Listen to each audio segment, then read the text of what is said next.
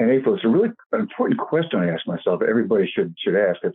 Who else needs the information in my book? Because that's a critical thing. I wanted to introduce Brian, our guest speaker for today. He is the executive director of the Association of Publishers for Special Sales, that's APSS. He is the administrator of Bookselling University, a frequent speaker at meetings and conferences. And I believe I saw Brian present at the Future in Publishing Summit. And that's where I first was introduced to this topic, and it really caught my attention. I thought this would be a great opportunity for us to learn a little bit more about this little discussed way of marketing, which is selling bulk books. So selling your books in bulk, how to do it, the pros and cons.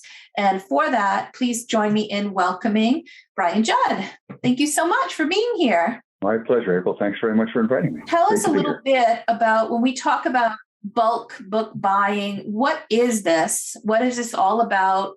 And is it for all of us, or is it only for you? Do you have to have any kind of qualifications to be able to get into that program? For everybody, any type of book, children's books, memoirs, fiction, nonfiction. It's a great opportunity to find new places in which to sell books. Perhaps an introductory brief summary. I started out with my career in publishing as an author. I was laid off my job on November 9th, 1990 at 10:37 a.m. But I'll get over it. And I thought, I was in the corporate world. I thought, I want to try something different. So how hard could it be to write a book?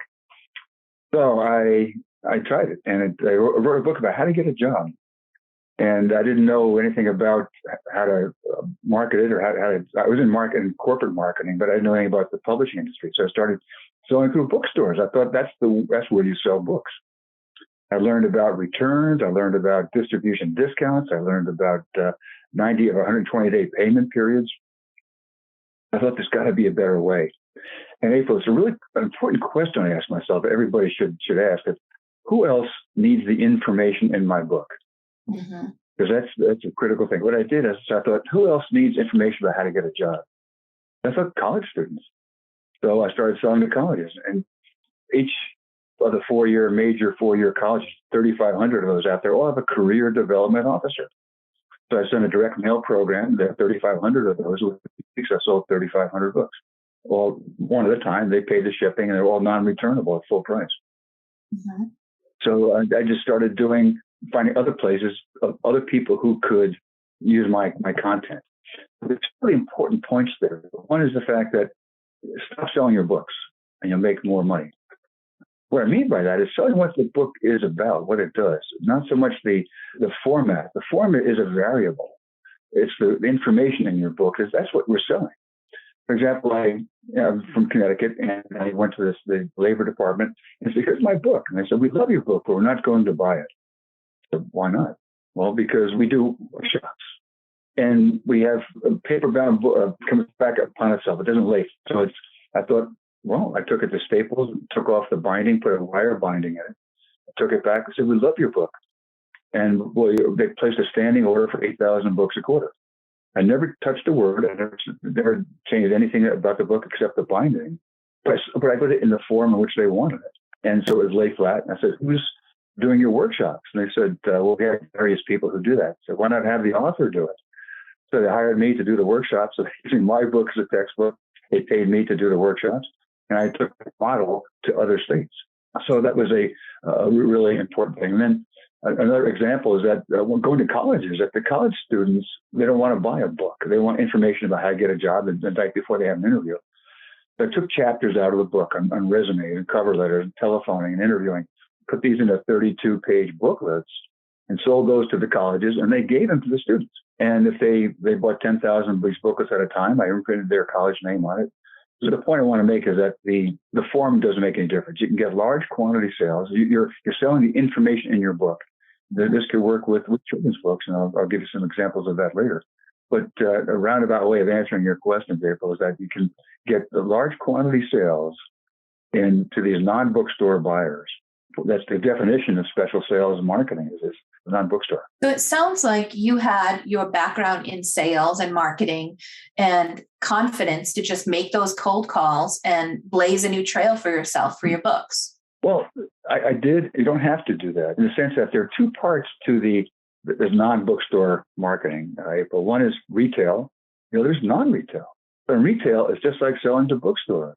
You have to get a wholesaler or a distributor. You sell to the distributor, and they sell to these retailers for you. It could be airport stores or supermarkets or discount stores or gift shops. So that is very similar to selling through, as you're doing now, to bookstores. And perhaps if you have a distributor now, like Cardinal, IPG, that these companies probably already sell to some of these areas. I know Cardinal works with APPS members, not primarily, but very, very large quantities.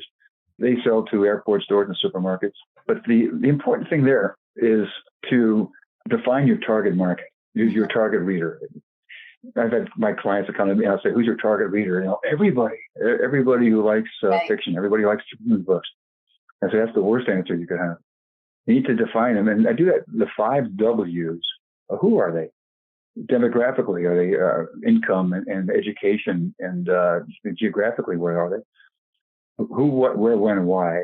What do they buy? What form do they buy? Maybe a corporation wants you to deliver your content in a seminar or a Zoom meeting. Mm-hmm. The really critical point is, where do they buy?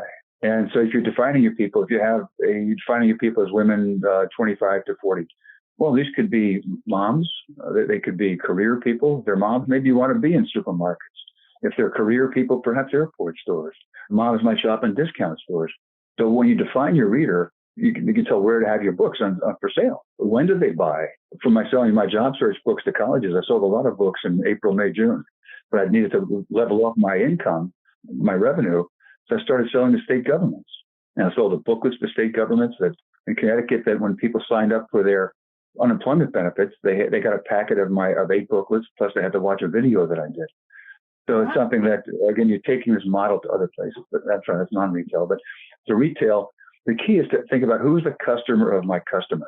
If you're selling, going to museums or to zoos for the picture books, then you find out that they particularly want a hardcover book. The pricing is not important because they're not discounted as they would be on a supermarket, perhaps.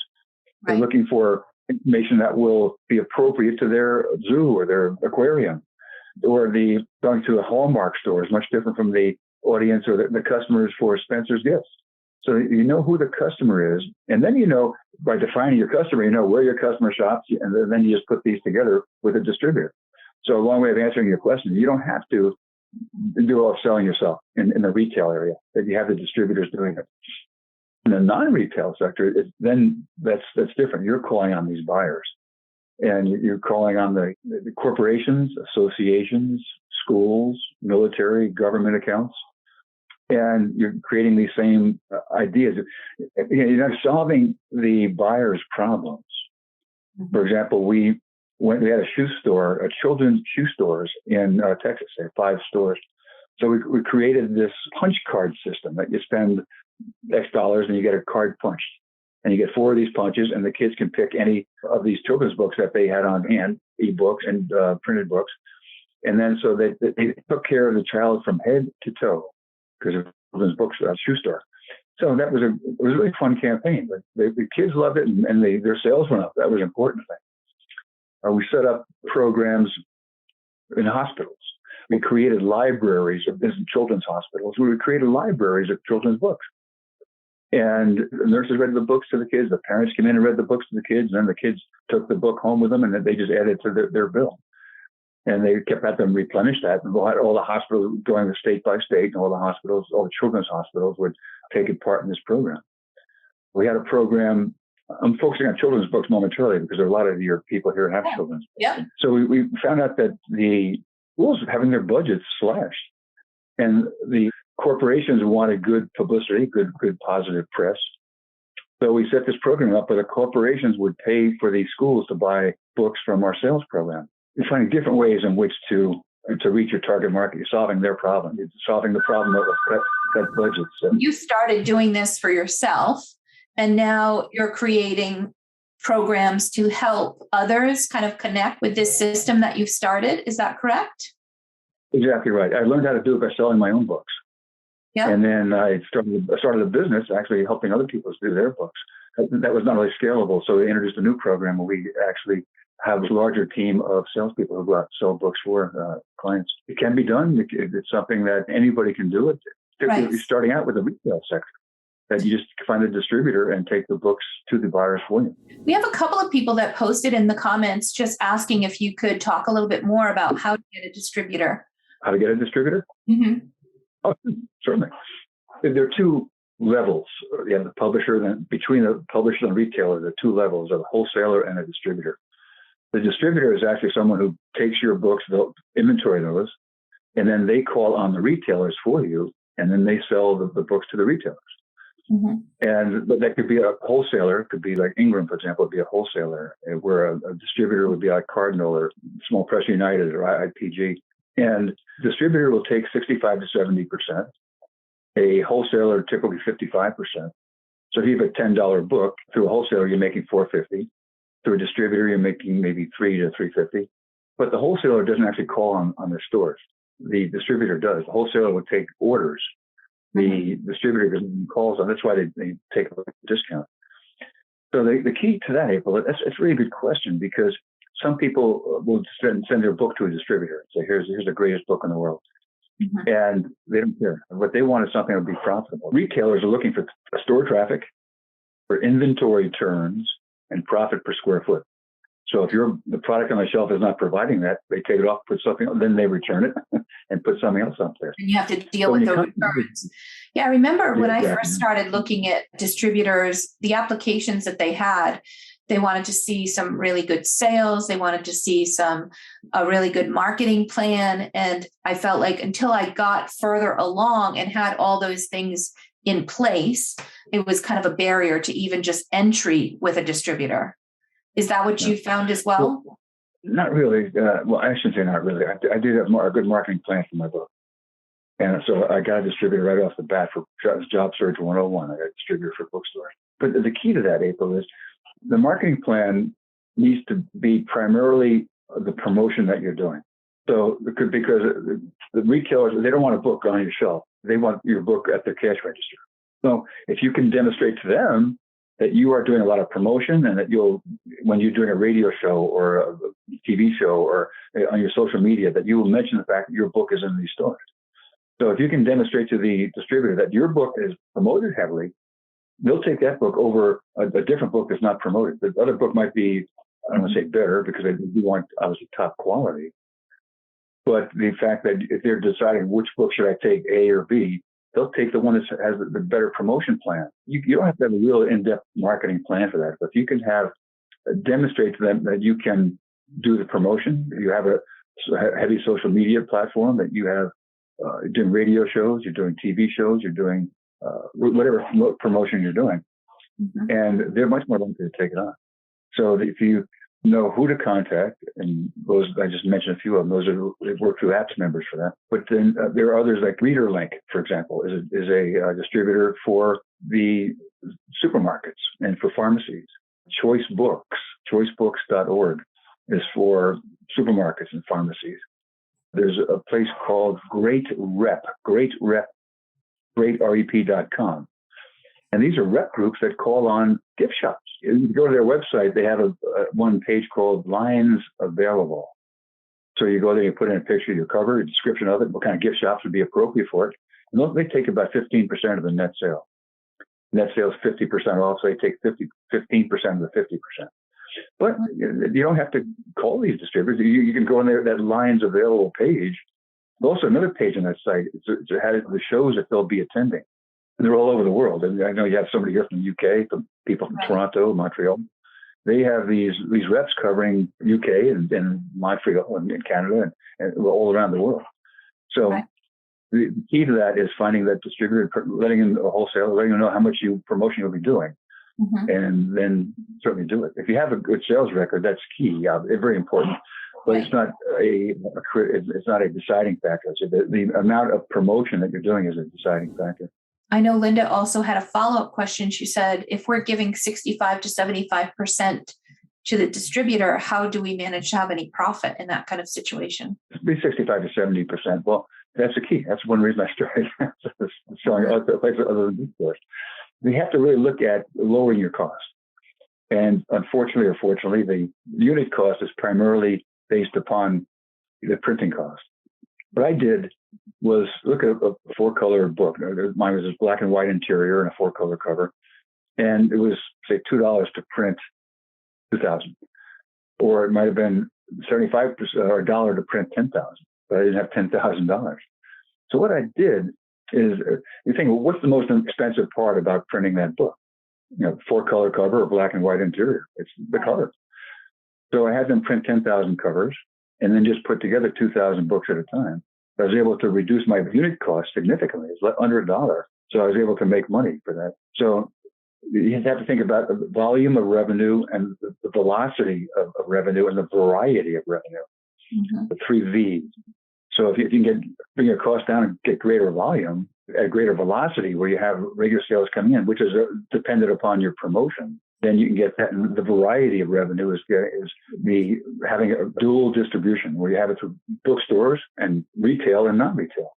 So if you can get those 3 V's, you can still get through bookstores and make some money there. But that's why I'm not saying don't sell to bookstores. I'm just a proponent of non-bookstore selling to other places where you can be much more profitable. And that's in the corporate. You can sell in Amazon or Barnes & Noble. If you want to sell 10,000 books, you have to get 10,000 people to each buy one.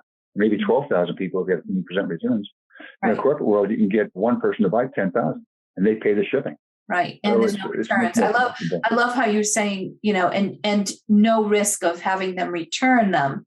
Right. So how do you negotiate that sort of thing? That's a great question. That's a whole webinar in itself. Here's an example of a sales call. The buyer will say, to the author, tell me about your book. Well, it's 6 by 9. It's 275 pages. It's got beautiful photographs. Look at the tremendous reviews. It's got all these awards. And here are these testimonials. And the best part about it, it's only $14.95. If you buy 10,000 today, I'll give you 50% off. How many do you want? Well, none. But if you take a look at that, approaching that buyer in a different way, the buyer may say, tell me about your book. Oh, certainly, April. I'll tell you about it. But may I ask you a question first? Oh, sure. Have you ever used a book before as a promotional item? No, we haven't. Well, what do you use? We use coffee mugs. What do you use coffee mugs for? Well, at trade shows, when people come to our exhibit, we give them a coffee mug as a thank you. Well, doesn't everybody else do that too? And say, yeah, but ours is special, has our logo on it. And do it. So then you store those at a central location and you ship them to the shows? Oh, yeah. Do you ever have any breakage? Yeah, certainly. They're coffee mugs. How many you don't normally buy? We usually buy 5,000 at a time. And now what you know their budget. Coffee mugs are about $3 each. Buy 5,000, so their budget is $15,000. They have pain points.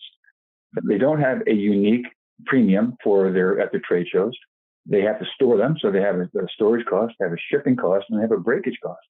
We talk about how your ebooks could be a perfect item for something that's coming there. And what we do, we create these one-time use codes on a business card. So this company will have 4 or 5 different books that are related to their product line, and or just could be just fiction, could be picture books. And they'll give them, which of these books would you like as a thank you for coming to our exhibit? So here's a free download. They go to the site and boom, they get a free book.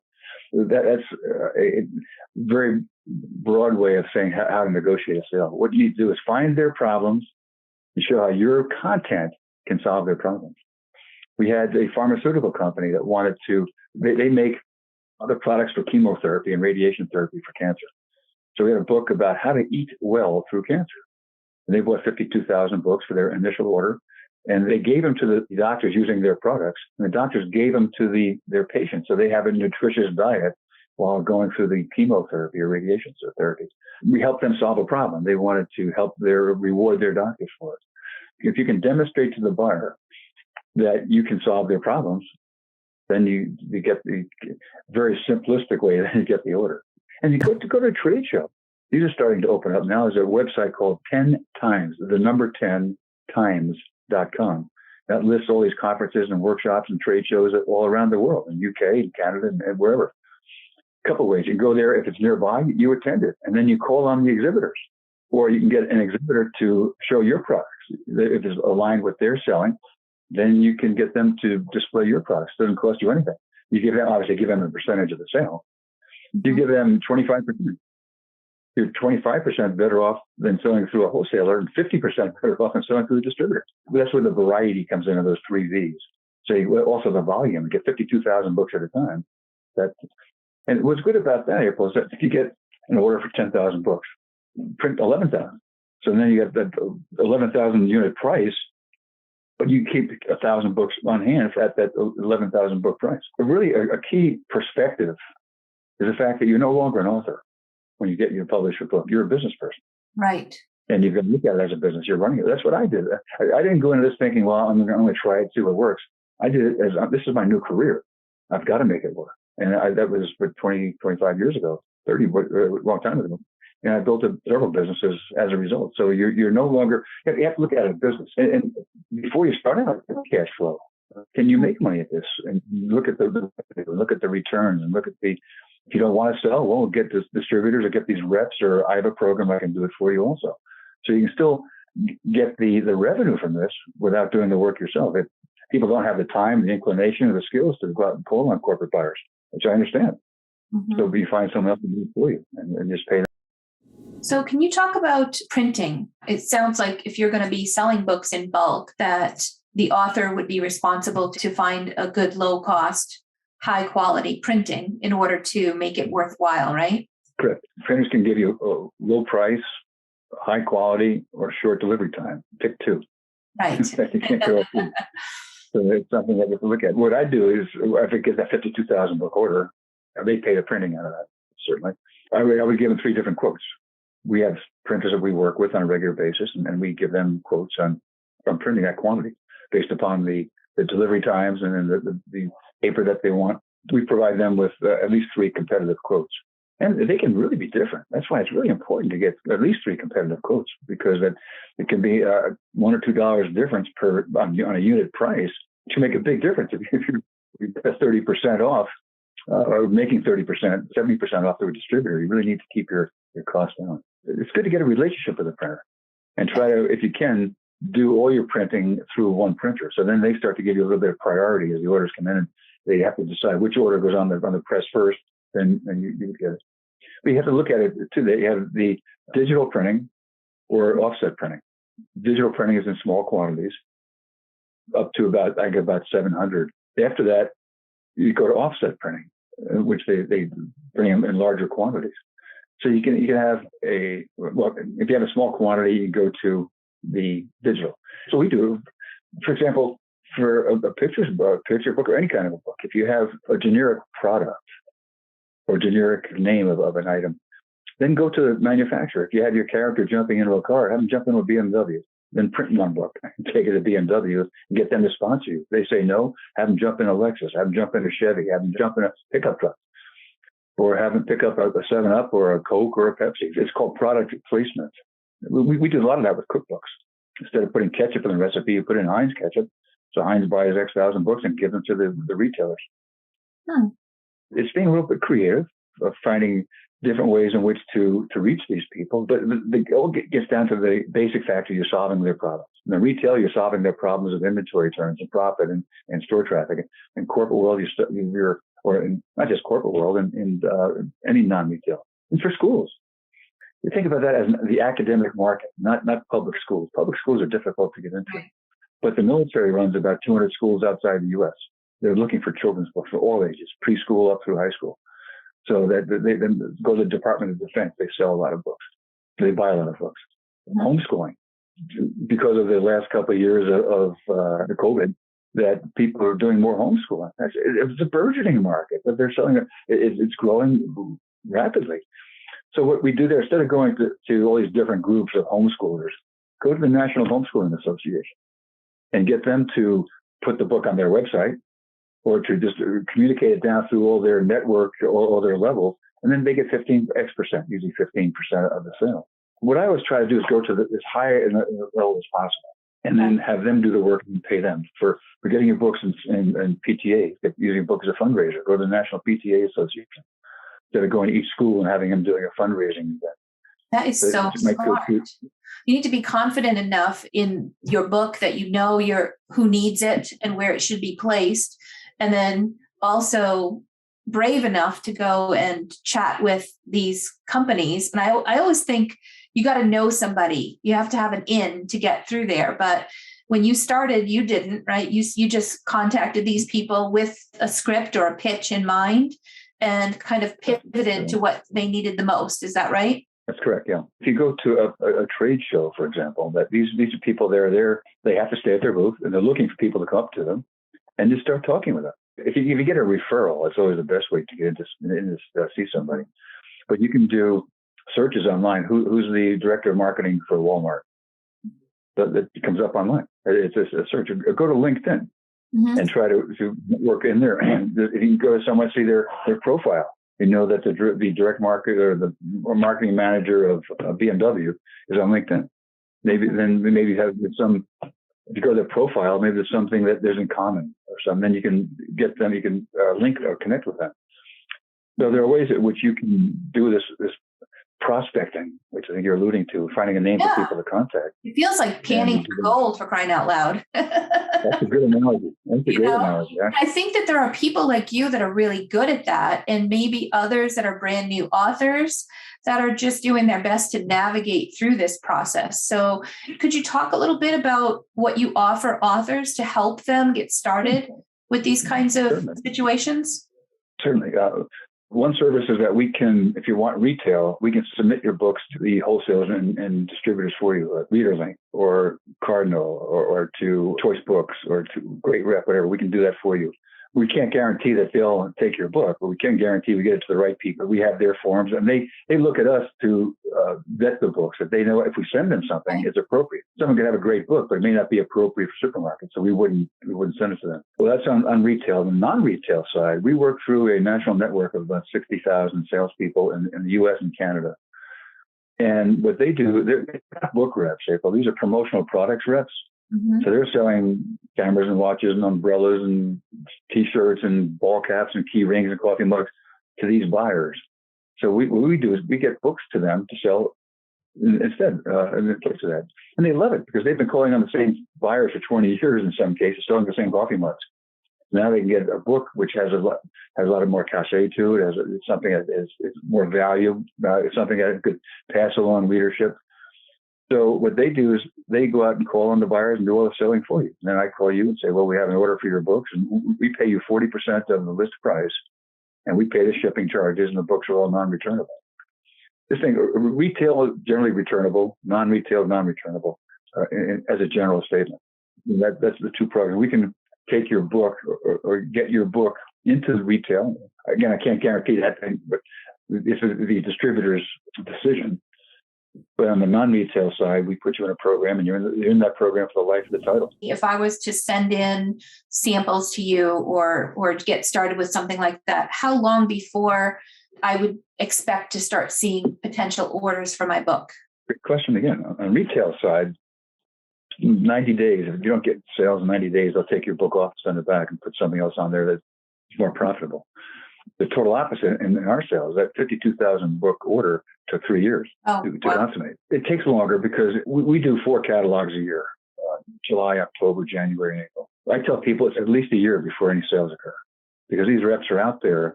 They're calling on buyers. Somebody's going to order 10,000 books. They have to make sure that the author can deliver 10,000 quality books. If they need 5,000 books in another month or something to replenish or to extend the campaign, they want to be able to, they want to have trust and confidence in the author. That's why it's good to have a sales rep doing that for you. But the point is, it takes a long time for that to occur. So it's I would say a year would be a minimum, and there is no maximum. We've had books in our program 3 or 4 years that have been decent sales. That's another strategy concept that you want to get some retail or some short-term sales while you're working on these longer-term sales. Yeah, because I mean, a year goes by really fast when you're trying to break into and market your books, learn about Amazon ads and all of the things that were events and school visits. So having this other channel that may take a year before somebody places a huge order, it's moving in that direction, and it's potentially a huge opportunity that will come. if we get our foot in the door, it sounds like. Yeah. And there are a variety of ways of getting your foot in the door, too. Even for children's books. If you go to libraries buy one book at a time. Even children's libraries, they can buy one book at a time. What we'll do, we'll go to a company that will put their name in a children's book or any book, and that product placement context.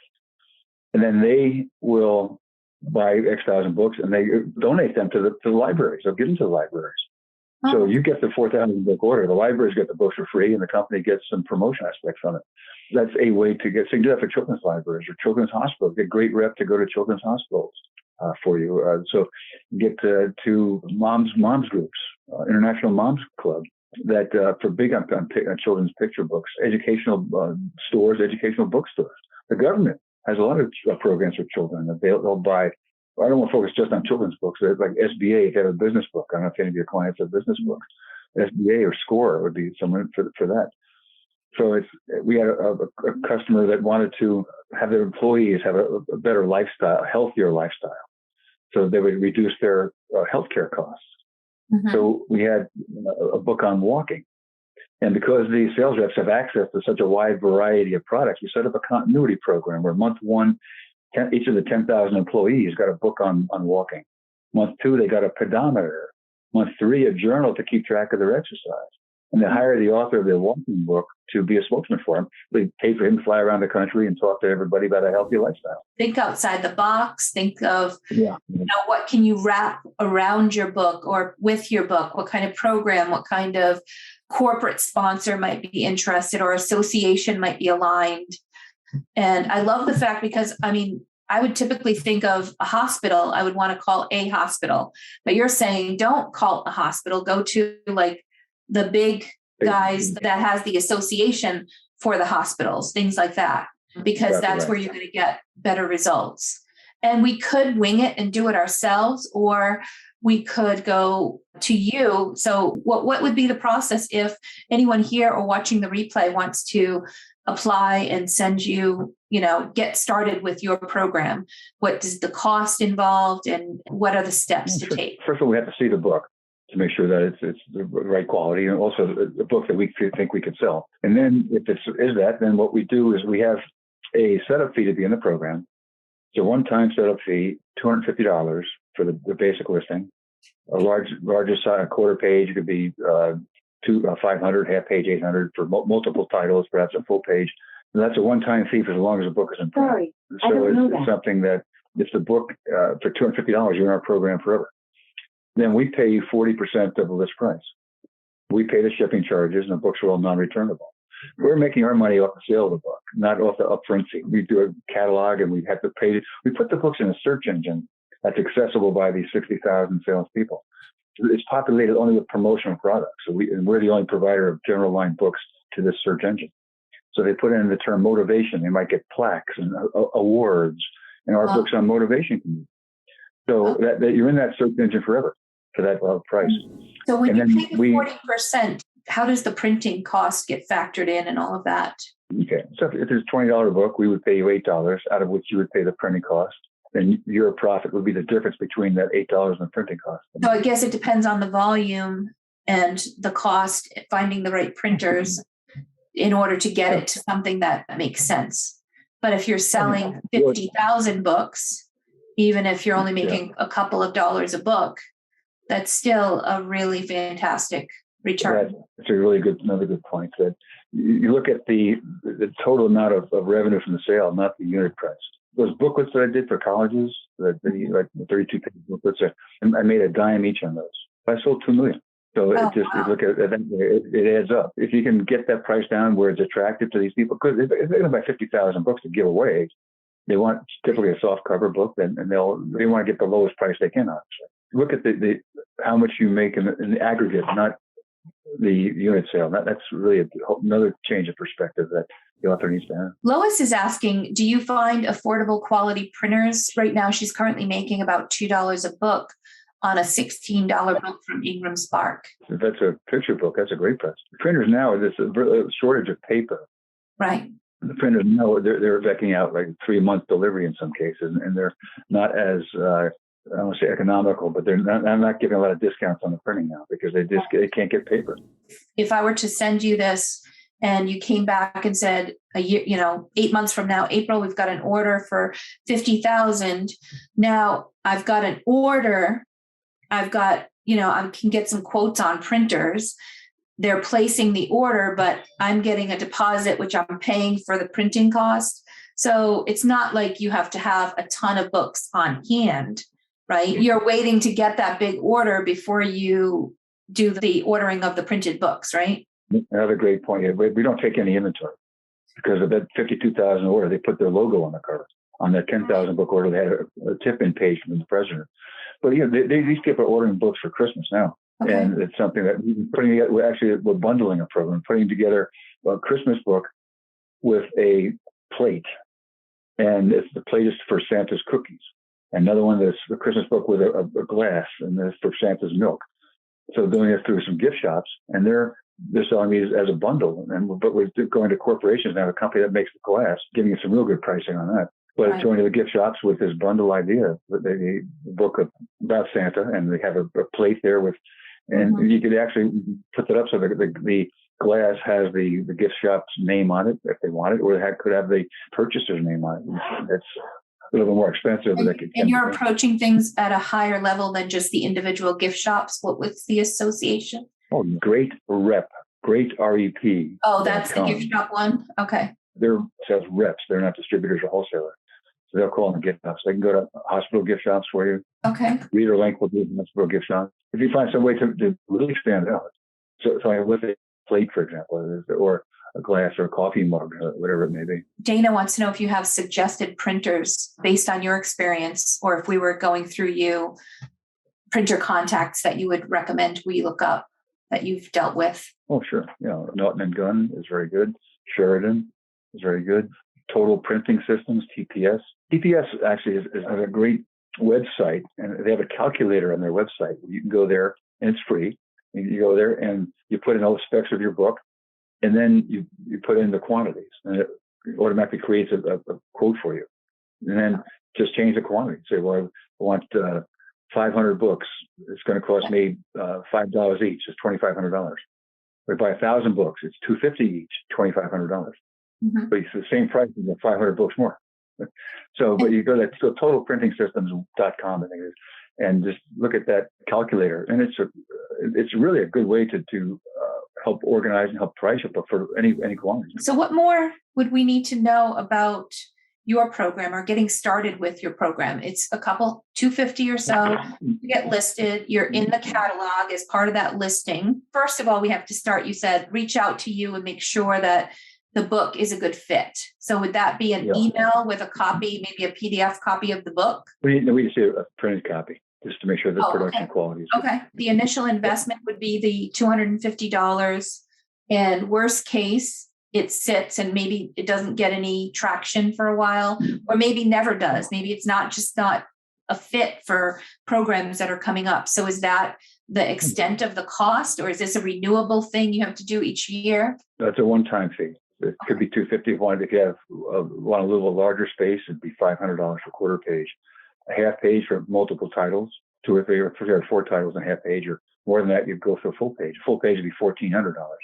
Okay, that's a one-time fee. Setup fees are to get you listed in the catalog that goes out quarterly, and into the system that gets queried by all these sales reps that are out there trying to make the sales and match with their clients. You're in one catalog. Okay. But you're in that search engine, the life of the title, and we get 99% of our leads from that search engine. Okay. Also, we exhibit. There's a trade association puts on quarterly meetings, and we exhibit there. We take the books there, and we take the catalogs there, and we work directly. These 60,000 people are not our employees, so we can't tell them what to sell. Right. We send out a monthly newsletter to them, and with promoting the books in our catalog.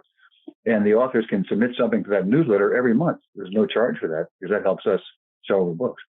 Yep. So those initial setup fees are one-time fees for as long as the book is in print. And there are no guarantees any sales will occur. I would say perhaps half the books we have not had any sales yet. But those have been our program for less than a year, wouldn't have really expected. Once you're set up in the catalog, you stay in that catalog indefinitely? Stay in the sales program, in the search engine. That's correct. Okay. And one catalog, and we take those catalogs to these trade shows that we attend, in which we exhibit. So we go through those with the sales. They'll come to say, "I've got this client. Here's what they want to accomplish. What kind of books do you have for that?" So we go through the catalogs. We have these all indexed, and we say, here's what we have. So it sounds like it's important to position our book in such a way that it would jump out at some of these sales reps, like, oh, that would be a good fit for this client or that client or this program or that program. So when we set up in the catalog, there's kind of some thought that has to go into what it is we're going to place there, what kind of a picture, what kind of a pitch, right? Where it's more or less us pitching to those sales reps. That's right. Some people take a quarter page or a half page with one title just for that reason. It really does pop out on the page. Right. You want the attention of the sales reps and folks that they're selling to. How many pages are typically in a catalog? It depends. Each one is different. We don't take a lot of books, but we'll maybe have 12 pages, 32 pages would probably be maximum. Okay. We try to get more quality versus quantity of books in our program. So we have fewer books, but they all go up in a search engine and they get good exposure with the reps, with the people submitting information to a newsletter. Those people would tend to do better in the sales. Again, it's promotion. The more you promote, the better it is. Just a little confusion around the catalog. Mary's asking, do authors need to send a finished ad, or do you help create the ad? We do 100% of the layout. You send us a cover of the book, a description of the book, and the number of words depends upon the size of the listing, and then the pricing in whatever formats, hardcover, softcover, ebook. And we do the layout for you. We send it to you for approval before we go to print. We don't go to print until we get all approved. Dana's saying, so you always end up in the catalog. So it sounded like you do end up in one catalog when you do the initial setup. And then for the life of that book, you still in the search engine, but you don't get additional. Every quarter you have new catalogs that go out, right? If somebody wanted to put their book in supplemental catalogs that are released, would they be able to at an additional cost? Sure, if they wanted to, that wouldn't be a reason to do so. Let's have a different title. But it's $250 for the first, for example, $175 for the second, and $125 for everyone after that. Okay. And for the publisher has 3 books, that same schedule would apply. That for the first title would be $250, the second $175, and then $125 for everyone after that. And we keep that low because we don't make our money off the sale of the book, not off the upfront fee. We try to get good quality products in there at a reasonable price. Marley has a great question. Once we pay the $250 fee and are in the catalog, is there anything we can do proactively to work with you and help market the book alongside you? Or is it more that we join and then if accepted, and then we're not really involved anymore? It's out of our hands. Oh, that newsletter we send out monthly. Send something to us every month. That it's free. If you want your book cover in the newsletter, there is a charge for that. But you can send something to us every month for free. So I didn't get that. That kind of went right over my head. So every month we are allowed, because that newsletter goes out and we have already paid the setup fee, we're allowed to send you something that goes in your newsletter. I love that. About 50 words. That helps us sell books. That's what we want to do. Right. We do direct email blasts. You have these 60,000 salespeople, maybe 10% sell children's books. So another great opportunity to be proactive and get the attention of those sales reps, because they're going to be getting these emails, these email newsletters. Yes, an opt-in list of our newsletters, an opt-in list of people looking for new books, but we send it to the sales reps who just sell memoirs. Then they would get those are just calling gift shops would get that. Mary's asking, is the newsletter online so we could actually see what it looks like or what kind of format goes out in? I'd love to maybe get an example or a link that I can share also in the show notes so that people can see what types of things are others putting in the newsletter and how well will that work for us, or gearing our marketing towards, how it works well for others. Yeah, there's a direct link I can send to you. You go to premiumbookcompany.com. There's a catalog cover there. Just click on that catalog cover. If we join the APSS, do we get certain benefits for that? And wondering if you could comment on, because that's outside of the setup fee, right? That's a different association. the initial fee is $89 for a year and $60 a year on renewals. You get a lot of discounts. You get, we say 10% on my catalog. Whatever size listing you take, if you buy a half page at $800, you'd save $80, which would about cover your fee there. You get 50% savings on Ingram Spark setup fees. You get discounts on Baker and Taylor for library sales. Save up to 70% on UPS shipping. So there are a lot of discounts. Percent on UPS shipping? Yeah. That would be huge. Yeah. We work through a company called Partnership. Yeah, we do. We get a lot of discounts for our members. And we want to make sure that's awesome. Because we want them to renew too. Do you have a Facebook group for APSS members? We do. And we also have local chapters around the country, about 15 local chapters. And they have been, some, I guess, dormant over the past couple of years, starting to resurrect those. The last couple of years, we did 3 webinars per month for members, sponsored by these different chapters, but all members are in the association have access to 3 webinars per month. And we set up all the speakers on different topics: how to sell memoirs, how to sell poetry, how to sell children's books, how to sell nonfiction, how to sell romance, how to sell whatever. You get the idea. So we set these up. So our members, over the course of the COVID, got perhaps more information, or I shouldn't say more information. They got at least 3 webinars, sometimes 4 webinars a month. And we're starting up actually in May, Book Selling University, which is sponsored by Bowker and Ingram Spark and APPS. Well, APSS, we call it APPS. So it's sponsored by these 3 companies. And we're setting up a monthly webinar by one of the top speaker on a particular topic that the different publishing groups around the country would choose. So we provide a lot of information, a lot of support. Sounds like it's a great way to share knowledge and grow knowledge on this kind of different mindset altogether of, switching your focus instead of being single-minded and selling to one person. How can we get those bigger orders? And how do we partner with others and package our book in a different way? I love it. We have a book store on our website. We encourage members to buy each other's members' books. We have a mentor program where you can hook up with if you have a question about distribution, and just have a quick question. So we have a person there that's expert on distribution that we have 15-minute free call. So it's something that we have that mentor program. So we have a mastermind group. We have the Book Selling University. We do whatever we can to provide information to our members and discount. As far as I know, we're the only book association in the world that focuses just on special sales. What I really love is that, you kind of gave us a realistic idea of all the things we could be doing and positioning our book and how we could do that ourselves. And a realistic saying, you're not likely to get 50,000 book order in that first year. It takes time for for the sales reps to get your book, understand it, sell it. Although you could, it's not likely. So you're not, it's not, hey, come on by and we're going to get you 50,000 book orders, in the next couple of months. So it's realistic, but it's giving us an opportunity to just think differently and connect with others who are positioning their books differently and learn in the meantime. It sounds like there's a lot of great opportunities to learn